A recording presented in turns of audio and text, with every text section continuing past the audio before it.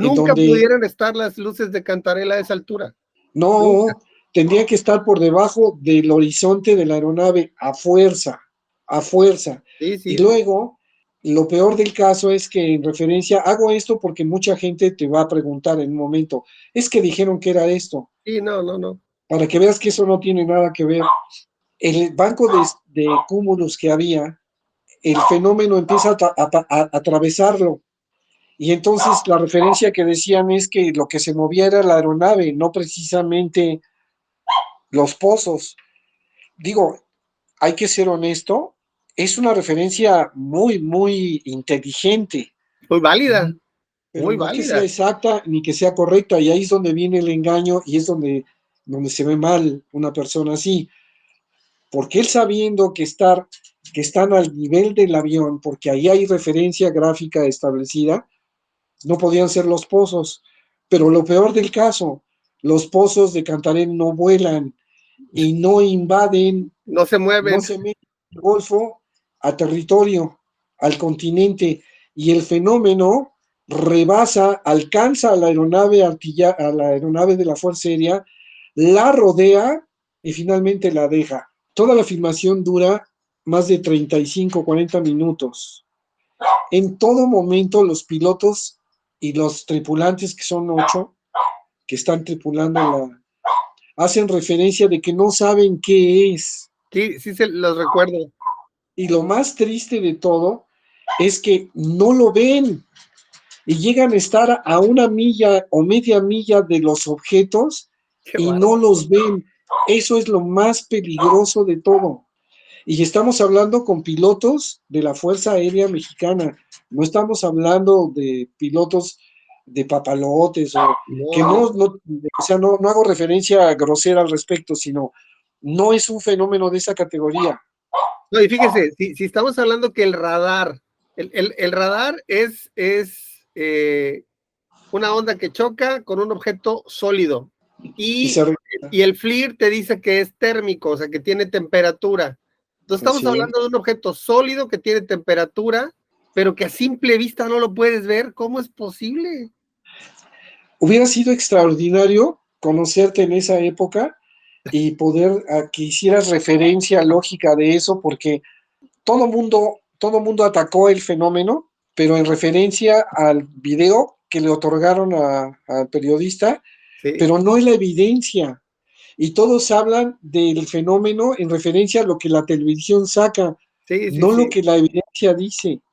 Y además, que no lo dijo Juan Pérez Jolote, lo dijo el secretario de la defensa de ese momento. O sea, lo recuerdo. No era Enrique Colbeck vendiendo garnachas, no, es el secretario de la defensa. Si no le creemos a ese individuo, pues entonces estamos graves, ¿no? Estamos fritos. Oye, tengo algunas preguntas. De acuerdo, yo sé que algunos radares, no sé si en particular lo pudiera identificar la distancia entre los objetos y el tamaño, y a lo mejor usted habló de la velocidad hace rato, de los cambios de velocidad, porque estamos hablando de que aunque el avión de la Fuerza Aérea a lo mejor no sea un avión de reacción, que tenga gran potencia, los objetos, por lo que usted mencionaba hace un momento de los cambios de velocidad, estuvieron a una velocidad muy baja y luego incrementaron la velocidad, hicieron la maniobra y se retiraron. ¿Tenemos datos duros al respecto? O sea, por ejemplo, ¿qué tan retirados estaban de la aeronave cuando más cerca estuvieron? Usted me hablaba ahorita de 1 milla. Todo eso. Y la distancia entre ellos y el tamaño de la aeronave, ¿podemos saberlo? Sí, claro, por supuesto, y todo eso está referido en el video. Ajá. Y además en la investigación, en la investigación se habla de la envergadura de la aeronave y del tamaño de estas cosas eran de mínimo 30 metros de diámetro, entre 20 y 30 metros de diámetro. Todas equidistaban como en una formación, que también es una formación que los militares pues no conocen, o sea, es un choricito caminando por ahí, que de momento invade, se sale del Golfo, se mete a continente, rebasa la aeronave y luego se va por la península. O sea, pozos de Cantarell, mis polainas, como decía mi padre, ¿no? ¿no? Entonces, todas esas referencias, y luego lo peor, ¿no? Hacer referencia de que los pilotos mexicanos en general son extraordinarios profesionales y los militares son extraordinarias personas, ¿eh? Lo que hace un piloto militar no lo hace cualquier piloto normal. Lo que se entrenan estas personas a hacer y a lo que se exponen todo el tiempo que hacen sus maniobras de trabajo, no lo hace un piloto comercial. No porque uno sea mejor que otro, porque son actividades diferentes. Claro, el entrenamiento y todo, ¿no? Juzgar de una manera insolente a un profesional de la aviación porque es militar. Eso es insultativo en grado sumo. Sí, es una falta de respeto total, ¿no? Completa. Entonces, hago referencia a esto porque sí, hablar es muy fácil, decir es muy sencillo, pero comprobar y estudiar y comprobar lo que uno piensa es otra cosa, ¿eh? Claro. Entonces, este fenómeno también es extraordinario y mundialmente conocido, extraordinariamente importante para el mundo, porque es la primera vez que un país tercermundista como el nuestro, con una aviación militar incipiente, que no es bélica, porque no tenemos aviones artillados para nada, al narcotráfico se le acompaña hasta que aterriza y allí los cachan, no los derriban, nadie derriba aviones en México, Ya. ¿sí? Se le trate de esa manera o se les diga que son incapaces. Eso me lleva a una pregunta y ahorita, si gusta, ya cerramos esta parte del incidente de la Fuerza Aérea Mexicana. Claro. La Fuerza Aérea Mexicana, estamos hablando de 11 objetos de gran tamaño, que tenían características completamente sui generis, que sobrevolaban territorio nacional. ¿No tiene una investigación o una instancia dentro de las Fuerzas Armadas para este tema? Sí lo tiene porque fuimos parte de ella. Ya. Fuimos invitados. ¿Tú crees que no tienen los profesionales? Por Pues es que supuesto que tienen los es lo que estoy profesionales. pensando, ¿no? Sí, no, y a mí me consta. Yo Ya. estuve en la defensa ese momento entrevistando a los pilotos con el background que ya traían de la referencia que ellos habían tenido. Le voy a decir por qué se lo pregunto. Porque Ajá. luego puede haber quienes puedan decir que los instrumentos no estaban calibrados, que no estaban preparados para eso, que Eso se dijo los muchas veces. técnicos no tienen esa capacidad, etcétera, para que quede claro, ¿verdad? Perfecto, qué bueno que lo refieres. No había y no hay nada que envidiarle en la aviación, en la técnica, en la tecnología, en el manejo, en la conducción y en la reputación a ningún país. Ya. Estamos a la vanguardia, perdón, Sí. de la tecnología de punta en este país. De hecho, somos referente, aparte de que somos muy buenos en el trabajo, no tenemos ningún accidente imputable a nosotros, cosa que ha pasado en Estados Unidos y en otros lados, de la calidad de los servicios que se otorgan y los equipos que trabajamos. Y somos de los pocos países automatizados en el ámbito de control de tránsito aéreo de referencia. Es orgullosamente de ingeniería mexicana y, por supuesto, con otras que vienen de Francia, Italia, y pero todas estas conjuntan la aviación de nuestro país y la vigilancia del espacio aéreo. A esos topes, no hay que envidiarles nada. Y nuestra Fuerza Aérea Mexicana, lo único que no tiene son F-18, Sí. F-22, no, tiene apenas 3 o 4 F-5 porque los demás se han caído, pero todo lo demás es aviación que sirve al pueblo, al país, con un alto grado de responsabilidad y de conocimiento, porque hay que ver cómo se la gastan estos cuates para Me estudiar, ¿eh? imagino. No, pues ya cerrando esta parte de los 4 casos que usted comentó en la audiencia, para pasar ahorita ya a la recta final de nuestra entrevista, Sí, claro. y nada más reforzando para que quede constancia en el video, mi reconocimiento, don Enrique, a todos los que proveen seguridad aérea en este país, a todos los que son, como usted, gente muy profesional, muy responsable, porque muchos de nosotros volamos muy frecuentemente y de alguna manera siempre existe ese temor, ¿verdad? Por estar volando, y lo hace uno por las obligaciones y el deber que hay que cumplir, ¿verdad? Pero es tranquilizante saber que hay gente como usted, por ejemplo, que están ahí haciendo su trabajo de manera muy responsable, y bueno, gracias por ese. No, muchas gracias a ti de veras, se agradecen tus palabras, qué lindo, muy amable. Bueno, vamos a hablar de los dos incidentes que le decía yo recientemente en una llamada telefónica. Los dos a mediados de los 70s, por ahí tuvimos algunas conversaciones muy interesantes, y yo nada más quisiera hacer una recapitulación de ambos. Sí. Uno fue en mayo de 1975, estamos hablando del de Carlos Antonio de los Santos, que fue básicamente en el tramo Tequesquitengo a la Ciudad de México. Correcto. ¿Sí? Hay toda una historia, yo por ahí ya la tengo documentada. En 2 radares había 3 ecos acompañando a Carlos Antonio, y aparentemente tomaron el control de su aeronave, que si mal no recuerdo creo que era una Cessna. Creo que era un Piper, no me hagas mucho caso, pero eso es cuestión. Piper sin cabina presurizada. Así es. Sin cabina presurizada. Lo escoltaron con control total de la aeronave y lo empezaban a ascender un tramo, y ya cerca de la Ciudad de México lo liberaron. Sí, hacia el área del paso de Cortés para hacia los volcanes es cuando lo sueltan y lo ascienden a 16,000 pies, entre 15 y 16. Yo recuerdo, había un dato interesante que decía que los radares que vieron los ecos, estos 3 ecos acompañando la aeronave de Carlos, de este piloto Carlos Antonio de los Santos, giran en muy corto espacio, en un ángulo demasiado agudo, casi 290 grados, o 270 grados, perdón, rumbo a los volcanes. ¿Usted tuvo acceso a esa información? Sí, de hecho conozco las personas que le dieron el seguimiento que les tocó controlar al piloto Carlos Antonio, que también tengo el gusto de conocer.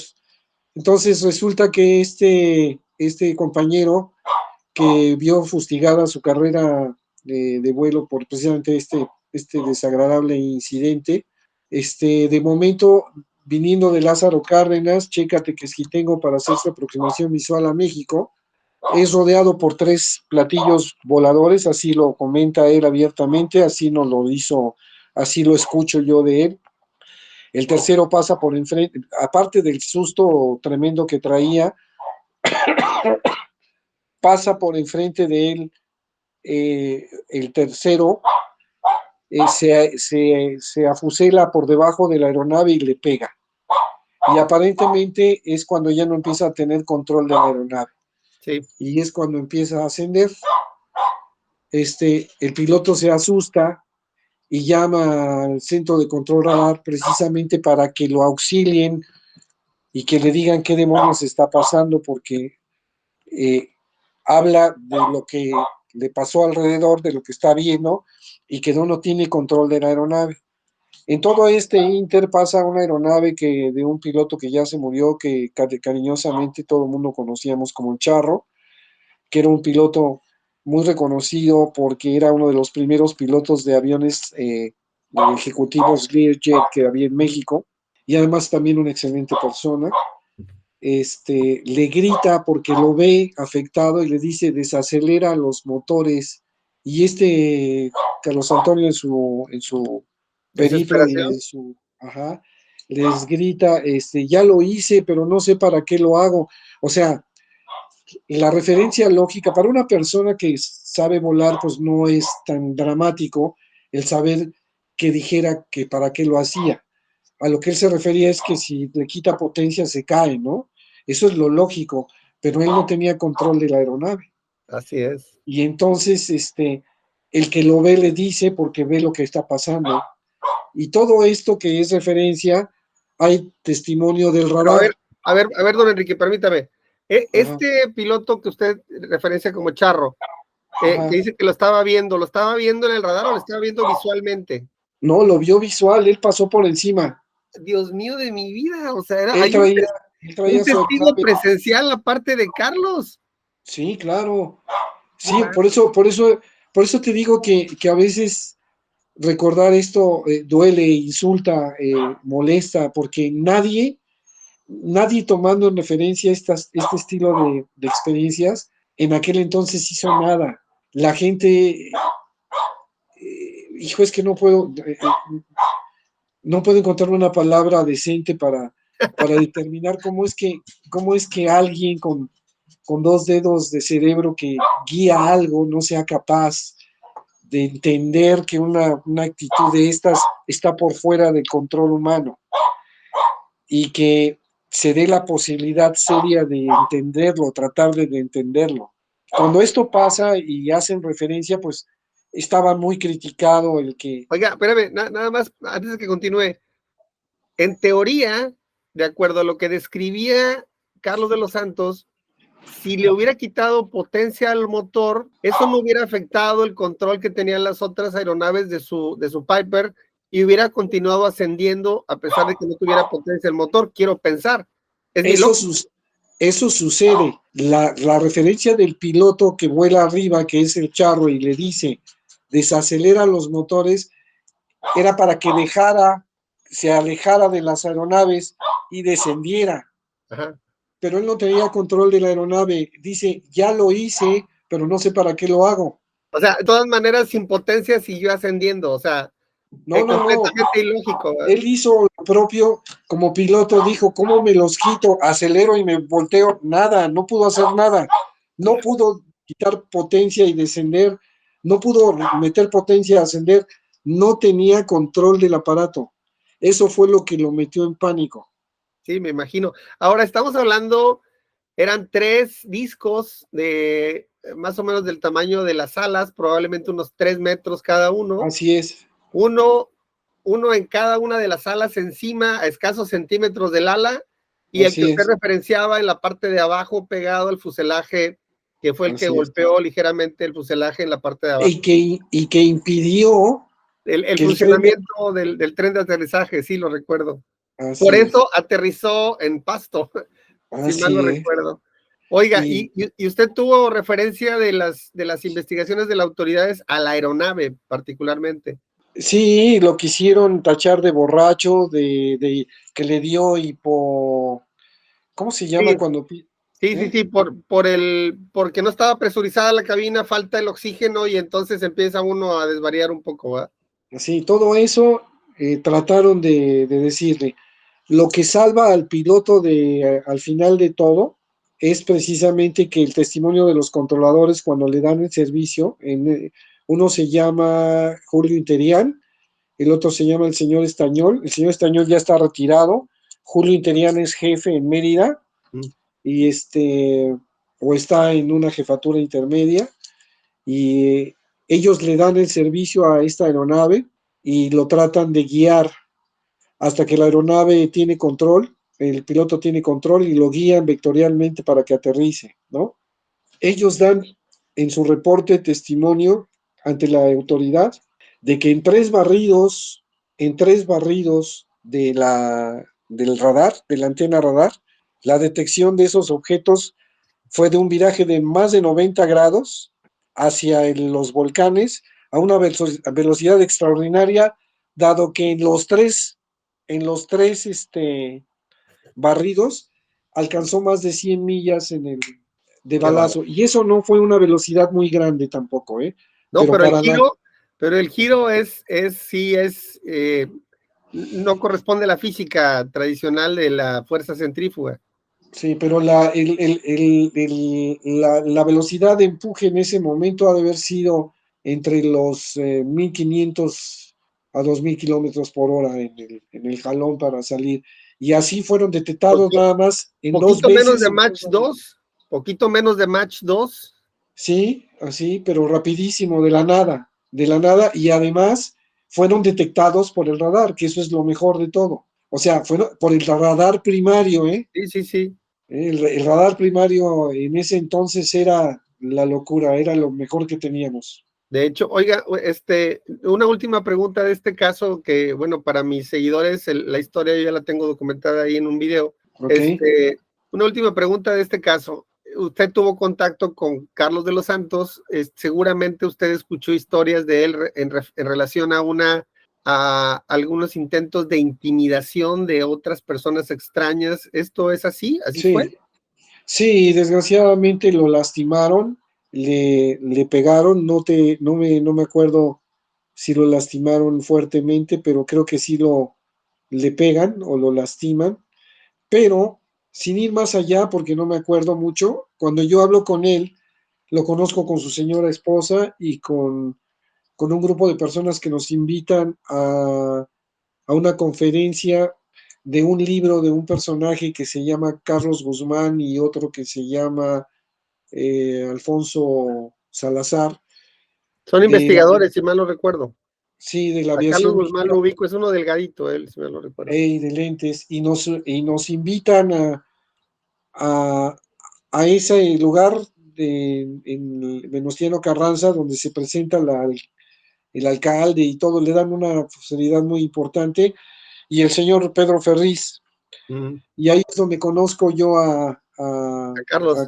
Antonio, y y en la cena nos comenta con lágrimas en los ojos su esposa y él todo lo que tuvo que pasar para poder seguir volando, porque lo calificaban de loco, de borracho, no le dieron trabajo. Finalmente consigue trabajo en la presidencia, creo, en el gobierno, alguien le da oportunidad de trabajar, hasta que finalmente se retira por un problema de oído, y pero en ese inter vivió en momentos muy graves y le hicieron trizas su futuro aeronáutico de una manera bestial, porque la ignorancia así se comporta, ¿no? Sí, y hablando de la psicología, que luego mucha gente también lanza hipótesis medio ridículas, ¿por qué razón un piloto como él, con un futuro promisorio en la aviación, tendría que estar lidiando con este tema, si no fuera porque fue real? O sea, Sí, pero digo, no quiero justificar a nadie porque es lo que menos en este rubro me encantaría. Pero si tomamos en cuenta la época, la calidad de personajes que dirigían la aviación al momento, el hecho político, la ignorancia tremenda que había del tema, etcétera, etcétera, pues casi era lógico que le pasara, porque eh, todas las acciones que él tomó llevaban responsabilidad jurídica importante, pero el miedo no anda en burro o no no, anda en claro. bicicleta, ¿verdad? Es una referencia. Él sintió que su vida estaba en peligro, Sí. y por supuesto todos los que están ajenos a ello ni en cuenta, ¿no? Ni siquiera toman en cuenta eso. Entonces, todo esto que te comento es triste. Yo, eh, que conocí a la esposa, a la señora y a Carlos, además es un personaje muy bien preparado, es culto, no es ningún ignorante, es un personaje. Eso es lo que da coraje, que quedes en manos de alguien que está detrás de un escritorio, que ni siquiera se sube a un volantín o a una rueda de la fortuna a ver si siente ñáñaras, ¿no? Ese tipo de cosas, es lo que da mucha tristeza, ¿no? Muchos de los que lo juzgaron ya están muertos, gracias a Dios, para no tener problemas, porque si imagínate ese grupo de personas estuviera No, todavía. no, no. Me puedo imaginar. Es más, voy a hacer una referencia que no, seguro no te la vas a esperar, pero va rápida, ¿eh? Es de cuates y de amigos. Gracias, gracias. Para que veas la calidad de estupidez que hay en ciertos rubros gubernamentales donde se creen que, se la saben de lujo. Un diputado X de un determinado partido político, un grupo de campesinos de Tlaxcala y de no sé dónde se le acerca, que este señor es oriundo del municipio y ese estilo de cosas, y le dice, fíjate bien, bien importante para tu gente y para ti, que hagan algo porque las aeronaves que pasan por allí bajitas le quitan las nubes a los campesinos que tienen sus parcelas por ahí y que no dejan que sus cosas crezcan porque les falta el agua. Entonces, nos quedamos, pues eso está medio raro, ¿no? Suena mal. De un campesino que sabe mucho, lo dudo, no lo dudo porque es normal. Él no tiene muchas referencias al respecto, pero no es estúpido. Sabe que algo pasa. Pero agárrate, esto es lo que hay que dar de tener miedo. Este diputado le saca a la Secretaría de Comunicaciones y Transportes un, una prohibición para que aeronaves a 11,000 pies no pasen por tales y tales y tales puntos porque quitan las nubes de temporal para esas parcelas.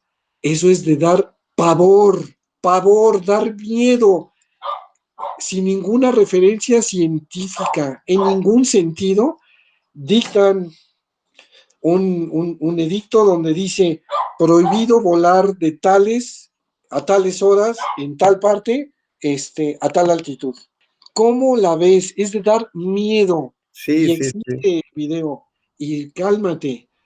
Ya está puesto en los mapas. Hombre, es, es, es increíble. Es una zona prohibida. Porque las nubes desaparecen porque pasan los aviones por ahí. ¡Qué brutos! O sea, es que no encuentro otra palabra, perdóname. No, no, no, Para que lo entiendo perfectamente. así Ve uno cosas increíbles, ¿no? Se desdeña la ciencia, se es un desdeña horrible. insulto para todos los que vamos a la escuela. Sí, sí, Es sí. más, ya nada más como referencia, gracias a Dios, esos cuates pues están allí, ¿no? Y ya nada más perjudicaron 11,000 pies en un determinado tiempo. Pues imagínate cuando Carlos Antonio estaba, esta clase de gente estaba ahí, Sí, ¿no? no, no, debió haber sido terrible y bueno, supongo que en algún momento lo tenga usted cercano, dígale que habemos muchos que sí pensamos un poco y le creemos lo que pasó. No, no, ¿cómo es que no? Pero también hubieras tenido problemas. Ya, ahorita ya vamos en blandito, pero hubieras tenido problemas porque no, es grave, es grave, es Sí, grave. me puedo imaginar. Muy bien, vamos a pasar al último caso que es el de Rafael Pacheco. Rafael Pacheco fue en junio de 1976, casi un año después de Carlos Antonio de los Santos. Y ahorita al final voy a hacer una reflexión respecto a la zona en la que aparentemente, y usted me puede corregir ahorita, se dio, que Ajá. fue sobre Texcoco, si mal no recuerdo, en donde la historia dice que este hombre tripulaba Un Cessna. un Cessna y que de pronto desapareció, estaba cercano a la Ciudad de México, a la altura de Texcoco, de pronto desapareció y apareció casi inmediatamente, probablemente más de 100 millas frente al aeropuerto de Acapulco. Sobre el mar. Y hay toda una historia, hay una grabación del operador de la torre de control de Acapulco, que por ahí usted me dijo que lo conocía, Sí, el señor Carlos Grechi. que tuvo una interacción con una voz que aparentemente estaba usando a Rafael Pacheco como micrófono, y que tuvo todo un diálogo que por ahí está en internet, muy interesante y se identificó como extraterrestre. Platíqueme los detalles técnicos que me platicó el otro día que me parecieron fantásticos. Claro que sí, cómo no. Bueno, lo extraordinario es que era una escuela que se llamaba 54, ese era su identificativo. El piloto ya sabía volar solo, o sea que no era ningún improvisado, puesto que la aeronave la volaba solo, estaba en camino de conseguir su licencia de privado o de comercial, pero lo más probable es que estuviera un poco más adelante de privado, aunque no tengo referencia porque él jamás lo conocí. De hecho, él se ha ocultado bastante bien al respecto y qué bueno por un lado. La otra es que en México, en la torre de control, había vuelos locales en aquel entonces. Esos vuelos locales los tenían las escuelas. Había muchas en México, como la Panamericana, la México, la Mexicana de Aviación, había otras más, otras dos que volaban con otros aviones. Y en la Escuela México, donde estaba este señor volando, tenía el permiso para volar a pueblo que se llama Chimalhuacán, que está cerca del Cerro de la Estrella y está ahí muy cerca del aeropuerto, unas 10 millas más o menos, en donde había una pista de tierra en donde hacían sus aproximaciones visuales y hacían una maniobra que se llama toques y despegues, que era tocar y volverse a ir al aire y así para practicar los despegues y los aterrizajes. Todo era en campo visual. Estas aeronaves no salían instrumentos, sino como tampoco había referencia al respecto para hacer una aproximación de instrumentos ahí, simple y sencillamente era una pista de tierra donde hacían sus prácticas todos los pilotos que volaban en ese entonces, en forma visual y estudiando. La dinámica era sencilla, salían, se reportaban, les daban un rumbo para abandonar, llegaban a la zona, se despedían, tardaban una hora y regresaban. En ese inter, el piloto se comunicaba a una frecuencia X, en donde todos los pilotos que volaban esa área conocían para hacer eso, y soy fulano, estoy en tal parte y voy a hacer tal aproximación para que no se le cruzara a nadie. O si hubiera alguien ahí, dijera yo estoy así en tal parte para que se encontraran y no se acercaran. Ese estilo de cosas es lo que sucedía en ese entonces. El control de tránsito aéreo no tenía injerencia al respecto porque era un vuelo local y era visual y era de escuela. Entonces, referida a esa condición, el piloto sale de México, vuela a Chimalhuacán, le dan el despegue, lo controlan al despegue, lo controlan a las 10 millas y ahí se despide y dice, estoy a 10 millas, nos vemos en una hora, regreso en una hora. En ese momento, referencia posterior, eso lo dice después, el piloto pierde el sentido en ese momento porque una luz blanca que ve al frente se le echa encima y él ya no se acuerda de nada hasta que aparece en Acapulco. Hay una referencia creo que de él, que dice que empieza a escuchar una voz que viene de atrás arriba de él, como mecanizada, pero que le da mucho sueño. Si mal no recuerdo, creo que fueron referencias de él personalmente. Eso sí no me consta, no te lo puedo asegurar, yo ni lo conozco a él y no tuve acceso más que a la grabación. Ya. ¿No? Entonces, este hombre se despide.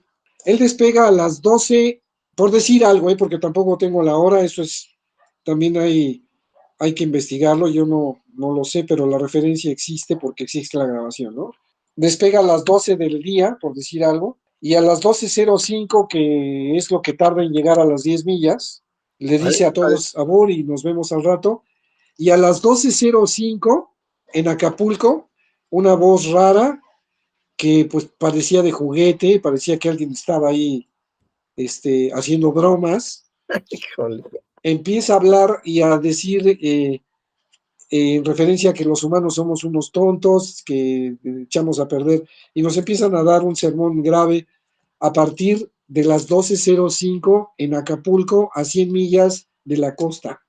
O sea, aparentemente, de acuerdo a los tiempos que usted pudo constatar en la grabación, él se despide a 10 millas del aeropuerto de México e inmediatamente empieza a hablar con el operador de torre de control de Acapulco. Así es.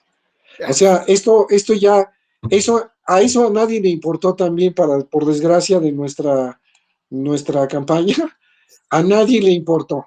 O sea, el tiempo, no, para nada, no, eso no existía.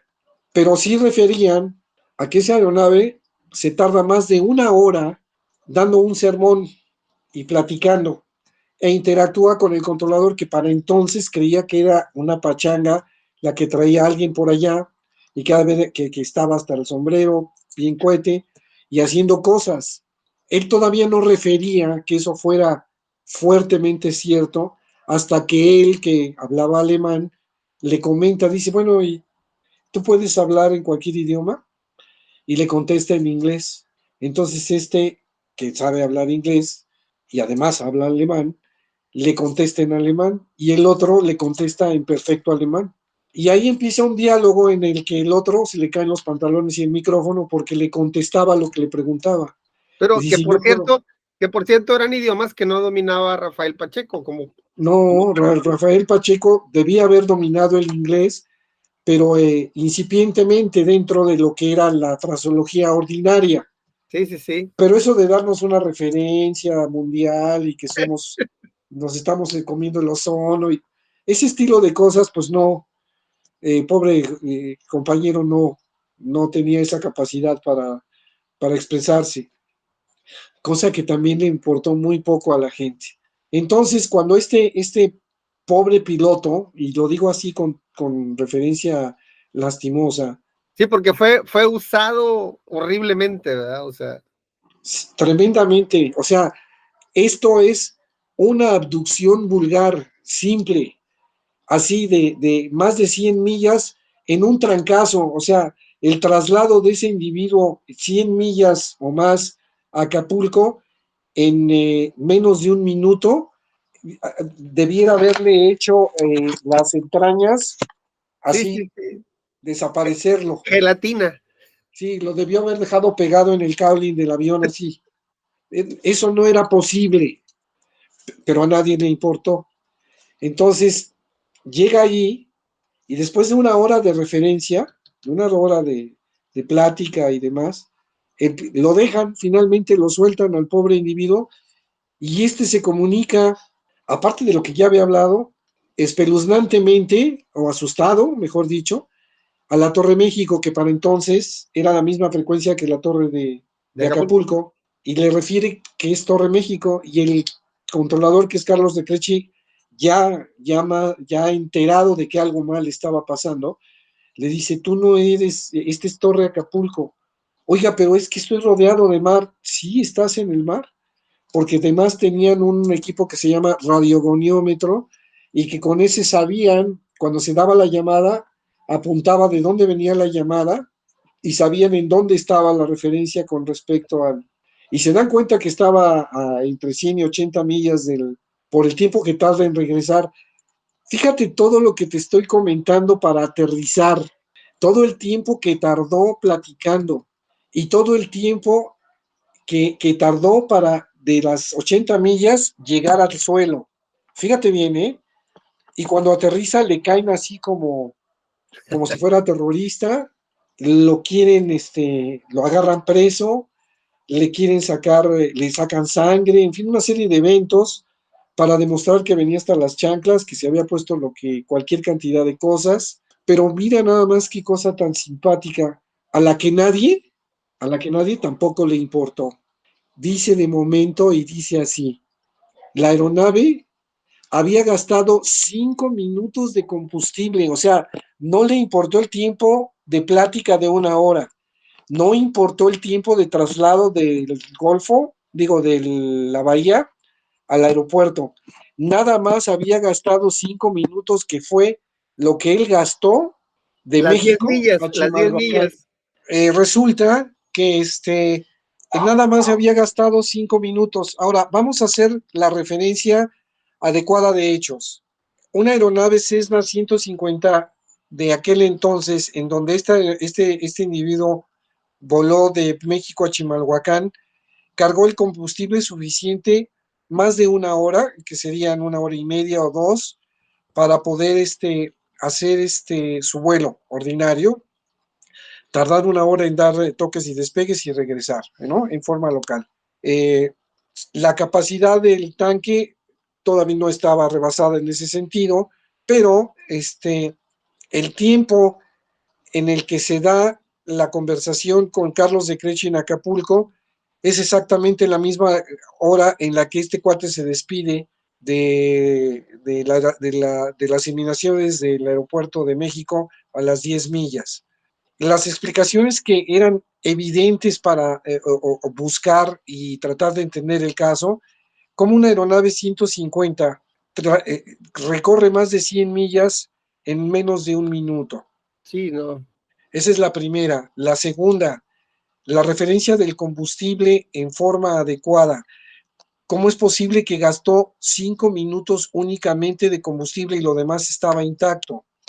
La número 3, ¿cuánto tiempo tardó en platicar y que gastó en trasladarse? ¿En dónde cargó combustible? Pero lo más importante, ¿cómo recorrió esa distancia en tan poco tiempo. Y lo más triste, ponle 1 hora y media en el traslado para llegar a Acapulco, ponle 2. ¿Y qué? ¿Que el combustible de dónde lo sacó? ¿Lo traía guardado en los calcetines? ¿Qué pasó? ¿Cómo es que a esas autoridades estúpidas no se les ocurrió? ¿Cómo no fueron capaces de preguntarse en los tiempos, que además son registros oficiales que tienen ellos ahí? O sea, Carlos Antonio, digo, este niño Pacheco no Rafael. salió, sí, no salió de sus polainas a una determinada hora y falseó la hora para salir. De eso no se puede, la aeronave despegó. Y luego lo más triste de todo es que la Escuela México, pobremente, nunca le dio apoyo, sino lo acusó de ladrón, ¿no? Por haberse llevado el avión. Todo eso es ridículo, absurdo. Esa era la parte que alrededor, como antecedentes, hacía la aviación en nuestro país, tristemente. Pero fíjese, estos dos casos que creo que para mí son altamente relevantes por la documentación y la evidencia física que nos dejan para la historia, hablan de un fenómeno que tiene muchas aristas para identificar y estudiar. Es decir, en el caso de Carlos Antonio de los Santos, la capacidad que tienen para controlar una aeronave en pleno vuelo, que probablemente fue lo mismo que pasó con Rafael Pacheco, que le controlaron la nave en pleno vuelo. La capacidad que tienen para utilizar un cerebro humano como micrófono, para hablar a través de una persona. El tema de cómo es posible, ¿qué hicieron para llevar la aeronave desde casi la Ciudad de México hasta frente al mar en Acapulco? O sea, ¿cómo lo hicieron? Las velocidades que manejaron, cómo se alejaron de la sin aeronave daño de Carlos de los estructural, Santos. sin daño estructural Sí, a la sí, sí, aeronave. sí. Son casos, creo yo, muy ilustrativos, muy icónicos y representativos de lo que el fenómeno representa para nosotros como especie humana y particularmente para la seguridad aérea ya en términos muy especializados, ¿no? Así es. Yo Sí. quisiera compartirle una reflexión con base en información que yo tengo. Vamos a hablar de una zona geográfica que está al suroeste de la Ciudad de México, ¿sí? O sea, una zona que tiene un radio de varias decenas de millas. El incidente de Carlos de los Santos se da en el tramo Tequesquitengo, Ciudad de México. Así es. ¿Sí? El incidente de Rafael Pacheco, un año después, se da en el área de Texcoco, más o menos. Ajá. Y yo tengo un caso de una historia, un testigo de primera mano, de un incidente también en el 75, ¿sí? Pero se da sobre la sierra de Huautla, al sureste de Tequesquitengo. Okay. Y es más o menos la misma zona geográfica. Ajá. ¿Estamos de acuerdo? Sí. Bueno, este incidente que le platico es de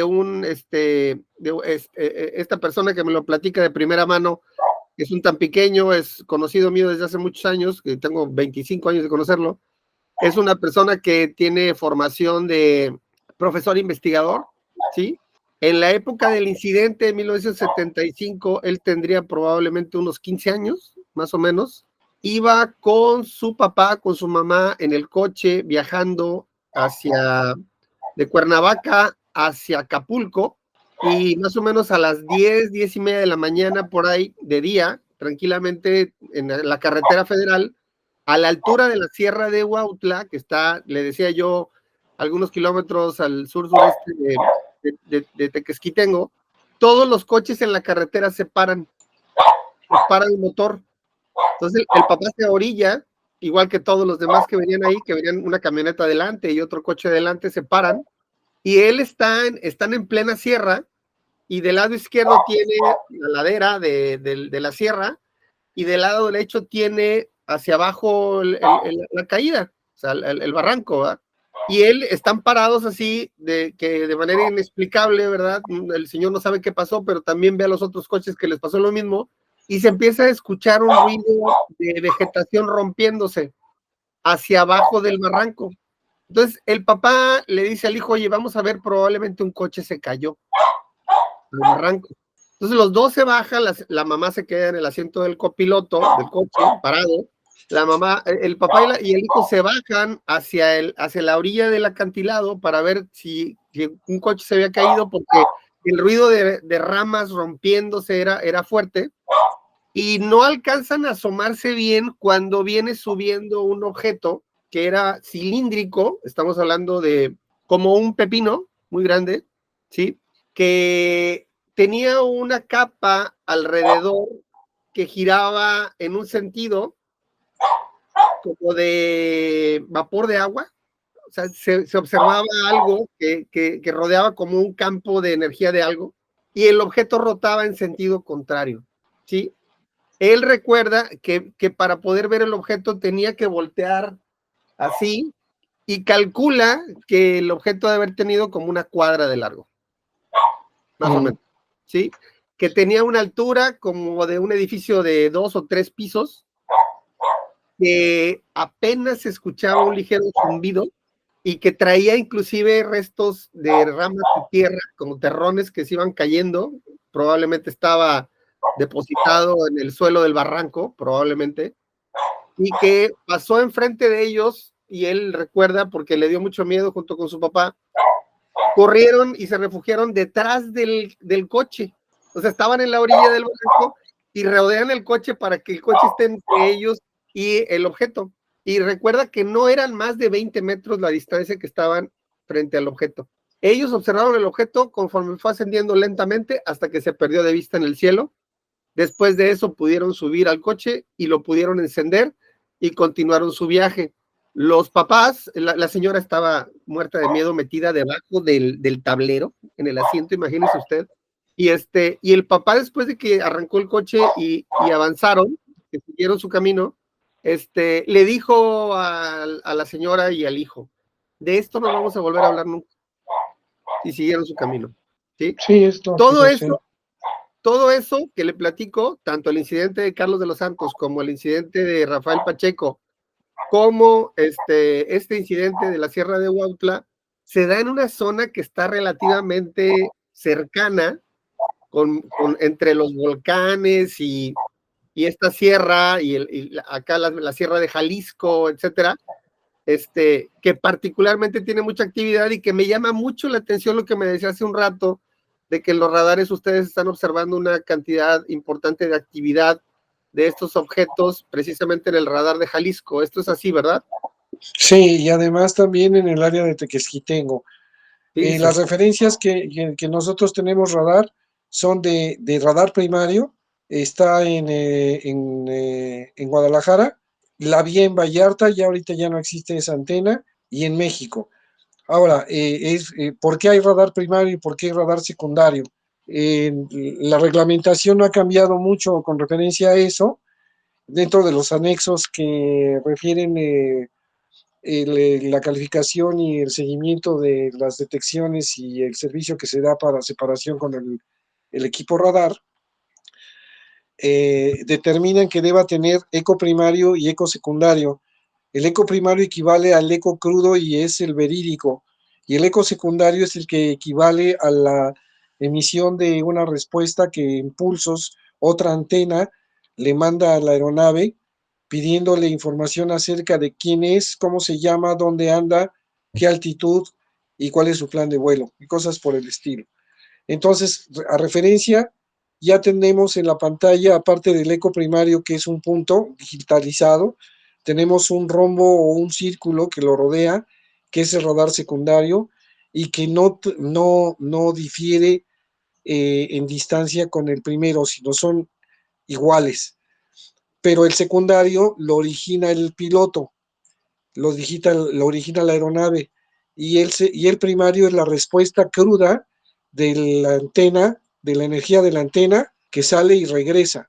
Entonces, esa referencia junta nos da un concepto legal para poder dar la separación, y existe una reglamentación que determina entre eco y eco secundario, cuál es la diferencia, cuál es la separación reglamentaria, entre eco crudo y eco primario, cuál es la, etcétera, etcétera, ¿no?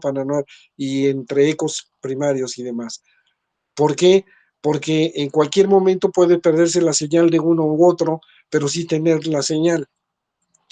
Y aún así hay que dar el servicio. Claro. Y esta es una referencia. Y si hubiera un incidente, esta es una forma de investigar si la distancia reglamentaria entre las aeronaves se perdió o no para causar responsabilidades o no. O sea, te le hago la referencia para que te des cuenta que todo está tipificado ahora. Entonces, ha sido un triunfo el que estén por legalizar ese apartado de los WAPs ahora en la reglamentación mexicana, donde nos protege y considera la posibilidad del fenómeno para interferencia y consideración de las operaciones aeronáuticas en nuestro país. No, ¿y y por eso es importante. ¿Cuáles pueden ser las medidas de contingencia que se pueden tomar cuando hay un incidente de cualquier naturaleza con estos objetos, no? Ahorita se hacen empíricas, o sea, todas se inventan, son a la reacción del piloto y del controlador. Y pueden ser buenas o malas desde el punto de vista de si les toca un controlador así cuadrado, pues no va a haber respuesta. O un piloto también que nunca ha visto nada, pues también, ¿no? Pero cuando las dos personas están perfectamente sintonizadas en ese concepto y les afecta igual, lo menos que se pide es el separarse del fenómeno de la mejor y más rápida forma posible para evitar una colisión. Claro. O por una maniobra venirte a tierra, ¿no? Sí, también, ese es otro riesgo. Pero fíjese todo eso se tiene que legalizar o se tiene que tipificar, y eso es lo que está pasando en la ley de aviación. Y están en eso, ¿no? Hasta donde sean los legisladores. Sí. No, de hecho ya la van a aprobar. No la tengo a toda la referencia que es cómo se da el servicio, qué consideran tránsito aéreo, etcétera, etcétera. Todas las referencias legales en la que nos basamos los controladores y los pilotos para hacer la aviación en el país de forma legal. Ya está tomada la referencia del fenómeno WAP como existente y de la posibilidad que también resulta lógica y qué bueno que está ubicada, en el sentido de que esos aparatos no se mueven solos. Evidentemente hay alguien que los maneja o algo que los maneja. Estos móviles aéreos, para hacer todo lo que hacen, tienen una referencia física atrás de ello. O sea, hay alguien que los tripula, no hay para dónde. Y hay aeronaves desde 1,5 metros o centímetros, o que en este caso son esferas, que no sé tampoco qué hacen volando en el ámbito de la gente, hasta aeronaves de kilómetros, y que inclusive son detectadas fuera de la atmósfera, cerca de la luna o del sol. De ese tamaño estamos hablando. O sea, ya el que diga que no existe el fenómeno, ya no existe la posibilidad de que digas, no, pues a lo mejor existe, no hay tal referencia. Es qué es lo que va a pasar con el fenómeno. Porque el que no quiere verlo nunca lo va a ver. El que no lo quiera entender no lo va a entender nunca. Pero los que somos directamente afectados, como son los profesionales de la aviación y los que usan los vuelos o las aeronaves para hacer sus trabajos o transportarse, etcétera, son afectados, igual que una operación aérea en tierra. Claro. O por donde sobrevuele. Por eso era importante que se legislara.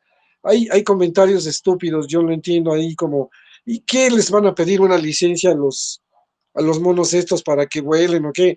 O sea, eso que son referencias tontas, pues dan pie precisamente a darle certidumbre al hecho de que esto es legal y que ya las autoridades no tienen para dónde hacerse. En la antigüedad estaban muy determinados a ignorar el tema, pero actualmente no lo pueden evadir. Tiene que ver con la soberanía del país, con la seguridad nacional y con la seguridad del espacio aéreo que sea, donde se dé la aviación.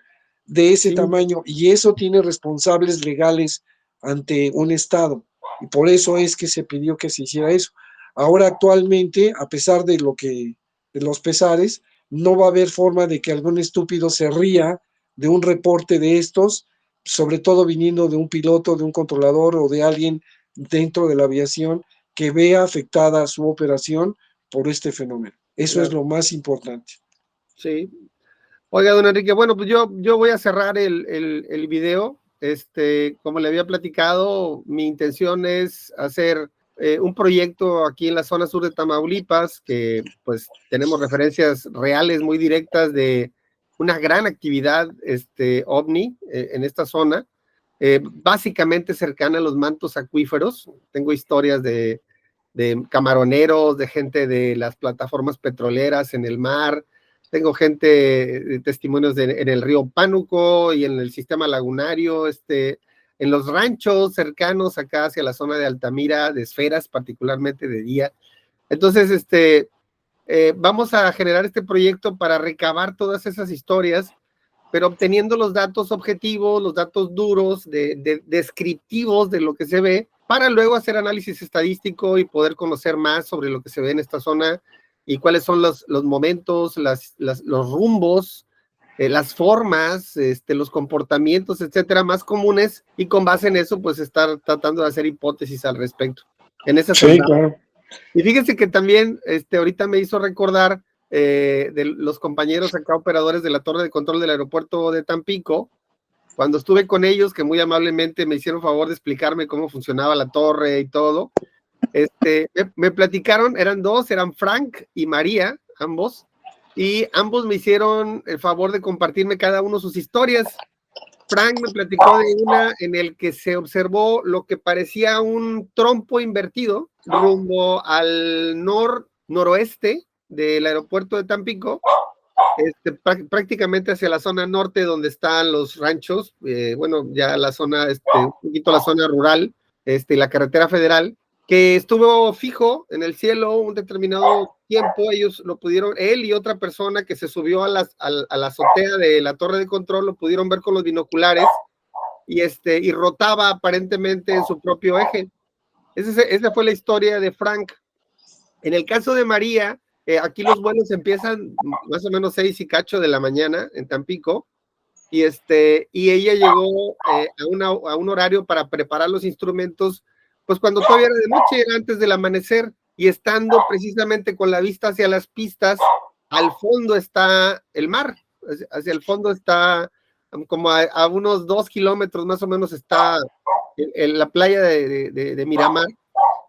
Y ella observó cómo desde abajo en el mar salió un rayo azul verdoso, como un láser, pero más o menos ancho, y se perdió hacia el cielo, ¿no? O sea, era como un rayo láser que salía de abajo del agua hacia arriba, pero para esa distancia, verlo pues, más o menos ancho, el rayo intenso, debió de ser una fuente de energía muy potente, Sí. debajo del mar. Entonces, esos son los dos testimonios que me compartieron. Y evidentemente, pues, se acercan conmigo muchas personas que, como saben que me interesa el tema, y luego yo lo publico en mi Facebook, etcétera, tengo mi canal, realmente me platican historias sorprendentes, don Enrique.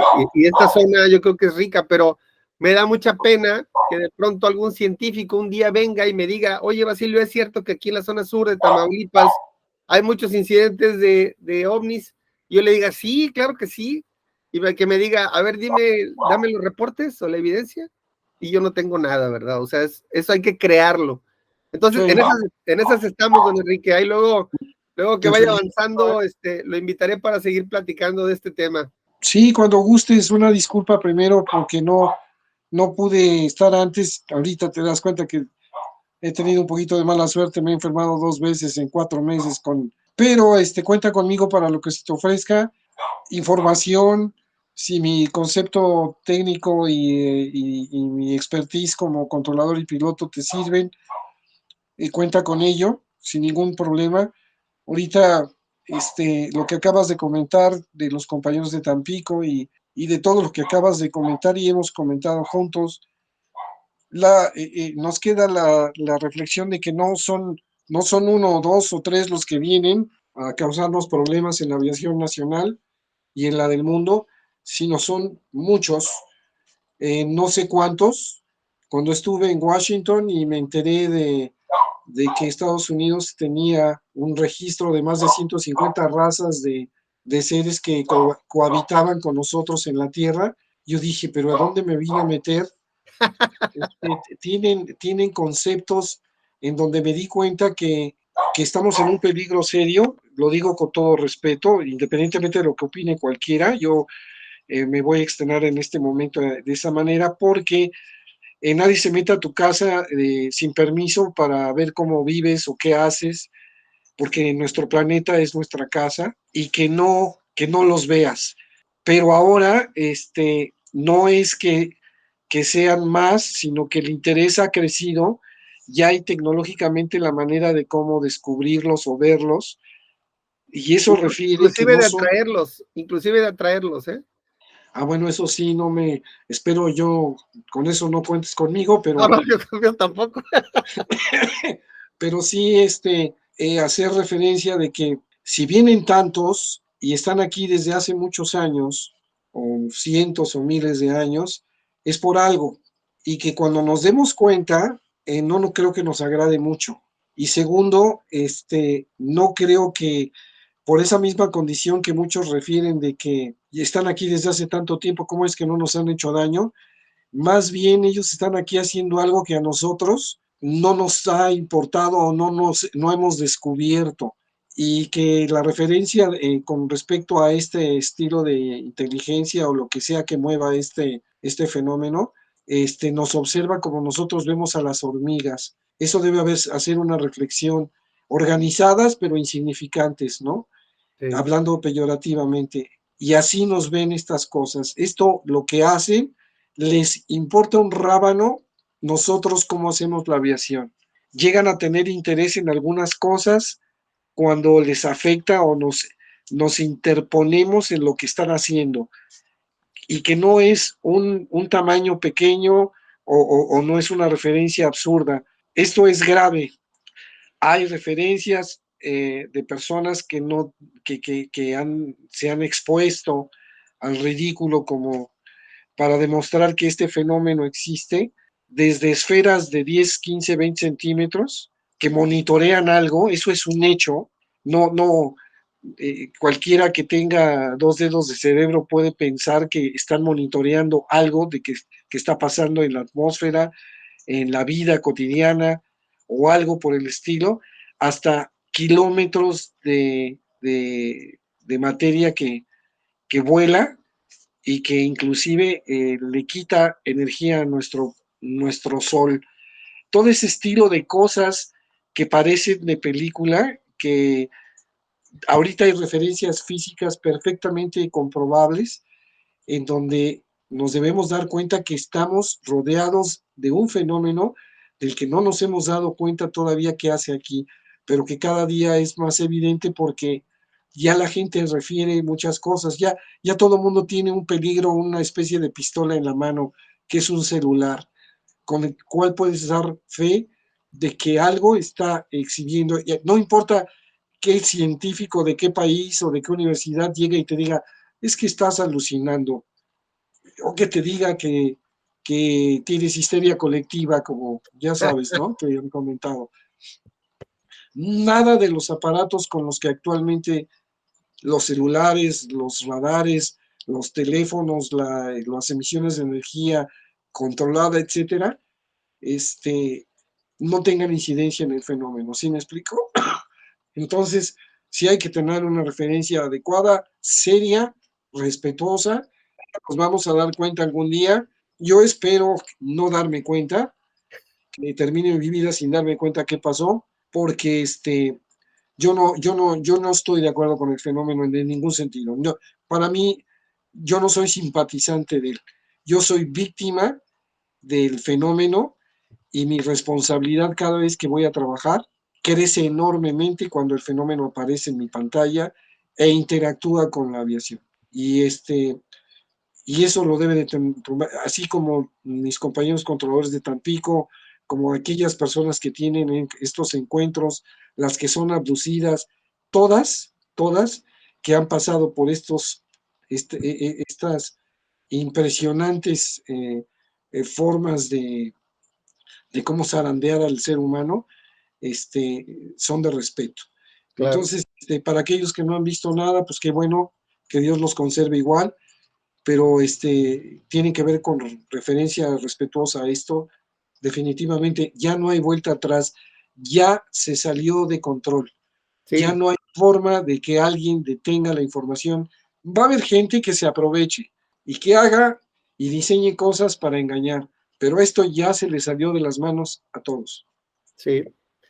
Bueno, don Enrique, pues muchísimas gracias. Yo nada más cerraría haciendo pues, un pequeño resumen. Estamos hablando de un fenómeno real, estamos hablando de un fenómeno que es un factor de riesgo grave para la navegación aérea en cualquier parte del planeta, y estamos hablando también de una necesidad cada vez más imperiosa de tomar el fenómeno en serio y de investigarlo con todo lo que nuestra ciencia humana y lo que la academia, el conocimiento pudiera tener a su disposición, con el propósito de identificar con qué estamos lidiando realmente y tratar de minimizar ese factor de riesgo grave con el que nos enfrentamos todos los días y que lamentablemente mucha gente todavía no termina de comprender, ni siquiera de dimensionar correctamente, y que pues esperemos nunca tengamos que lamentar una situación provocada por este fenómeno, ¿no?